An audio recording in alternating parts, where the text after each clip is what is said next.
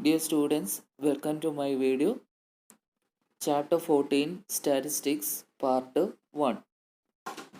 Dear students, what is meant by statistics?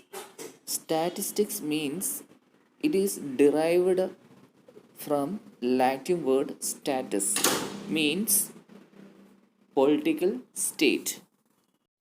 And also, statistics is the science of collecting, organizing, presenting, analyzing, and interpreting some numerical data, or this is to understand the facts or figures in easy way, or we can make a good decision from that figures or numerical from the numerical data. Then what is data? Every week come across a wide variety of information in the form of facts, numerical figures, tables, graphs, etc. These are provided by newspaper, television, magazine, internet, and other means of communications. These may related to cricket batting or bowling average or strike rate of batting, profit of a company, temperature of cities or election polling result and so on. These facts or figures which are numerical or otherwise collected with a definite purpose are called data. And we can say simply data is an information about something. Okay, this information can be numbers, words, or figures or pictures. Okay, so data is an information. Also, we can represent or present this data or numerical data on the graph by using pictograph, pie chart, bar graph, double bar graph, and histogram. So these are all you learned in the earlier classes. But in this class we have to more learn about histogram. Okay. Then first one, ungrouped frequency distribution table. So here we have some data of some numbers are given in the box. So we have to write into column. So here we have the goals in the football. So 0, 1, 2, 3, 4 are the numbers, and next column tally mark, and the next column is total games. Okay. So how many goals? 0. These are the some matches of one team, and their goals are given.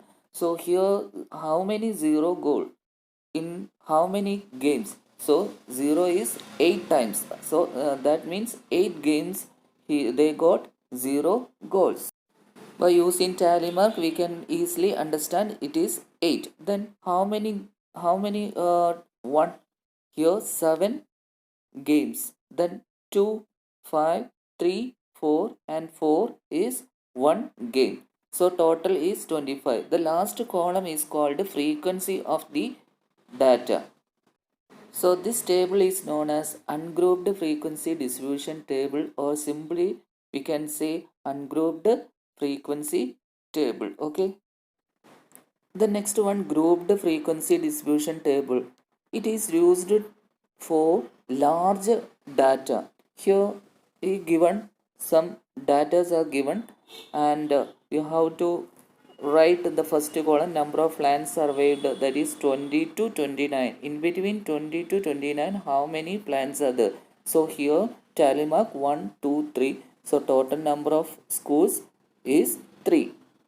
30 to 39 14, 40 to 49 12, 50 to 59 8, and so on. So total number of schools is equal to 100. So this table is known as grouped frequency distribution table.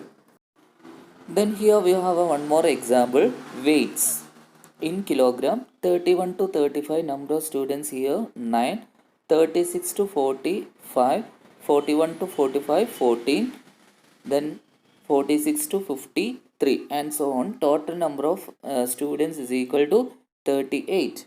See, the data is not continuous because in between 35 and 36 there is a gap, because sometimes the people have 35.5 kilogram weight and 40 0.5 weight. So how to represent this data in this table?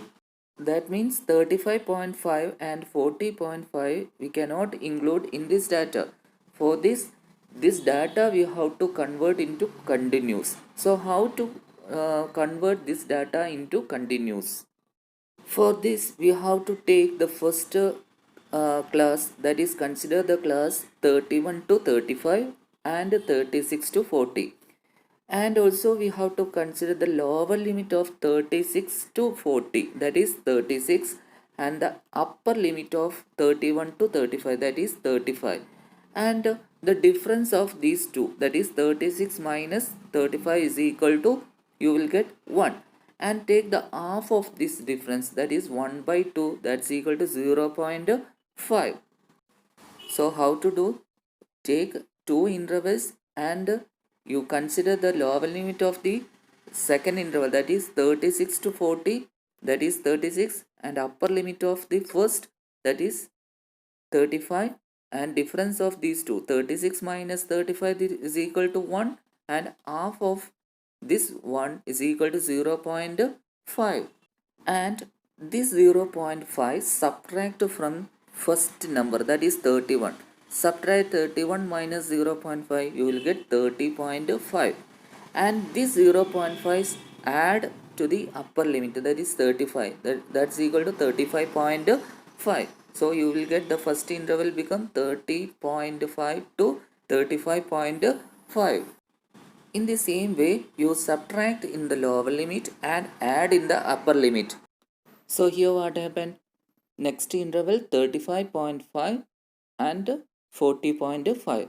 Next 40.5, 45.5, and so on. And the total numbers is 40 because 35.5 include in 35.5 to 40.5, and 40.5 include in the interval 40.5 to 45.5. So the frequencies become 6 and 15 respectively. So this is the conversion of continuous data. Then how to represent a continuous data or grouped frequency distribution in a graph? That is called histogram. Already you learned histogram, how to draw x-axis and y-axis, and here we have a example, marks on the x-axis and number of students on the y-axis. And also here we have a interval 0 to 20, how many students? 7. So mark 0 to 20, 7. And also here 20 to 30, how many students? 10 students. So we have to mark on the graph 10. This is the way you already learn in 8th standard. But this is not the correct way, it is wrong.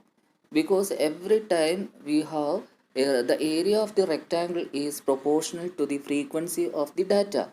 So this is not the correct proportionality, okay? Because all the width of the intervals are not same, so we need to convert all the intervals into same and its corresponding frequencies. For this, observe the table 0 to 20, 20 to 30, 30 to 40, and here class width are different. That means in first one 20, the second one 10, then third one 10, etc. The last 70 to 70 to 100, here 30. So class interval, the minimum class interval is 10. So we have to convert all the interval into the minimum class interval, that is 10. And also the frequency we have to cut into the equal intervals. So we have to make it is very simple way. So here the first interval is 0 to 20, that means 0 to 10 and 10 to 20. How many intervals? The 2. So you just take 7 divided by 2, that's equal to 3.5 is the new frequency. In the second interval, there is no change because 20 to 30 the width is 10. Then third, 30 to 40 there is also 10. 40 to 50 no change. 50 to 60 no change. 60 to 70 no change. But 70 to 100 there is 3 10 interval, that is 70 to 80, 80 to 90, 90 to 100. 3 width, that is 3 intervals. So that means here the given frequency is 8. So we have to cut by 3. 8 by 3, that's equal to 2.67 is the new frequency. The width of the class interval is 10. The frequency, no change in the new frequency. So new frequencies are 3.5, 10, 10, 20, 20, 15 and 2.67. Then after that you can proceed as histogram, x-axis and y-axis. On x-axis marks and on y-axis number of students. Then 0 to 20, how many the frequency 3.5, then 20 to 30, 10, etc. Then last interval is 70 to 100, that is 2.67. So this is the new histogram of the data.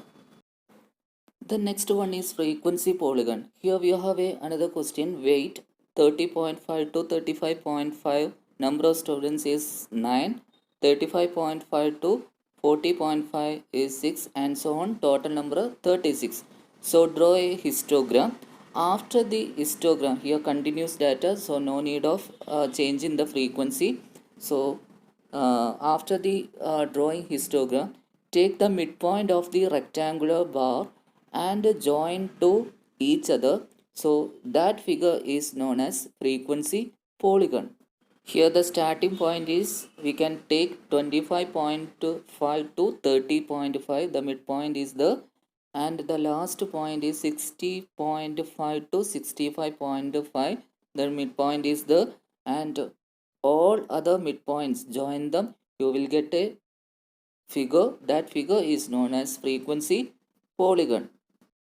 Then without a histogram, how to draw frequency polygon? Here we have another example. Classes 140 to 150, frequency is 5, 150 to 160, 10, 160 to 170, 20 and so on. Total numbers is 52. So here we have another column, class marks.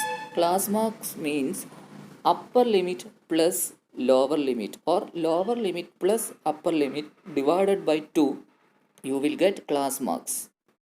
In the first interval 140 to 150, so adding together you will get 290 and divided by 2 you will get 145.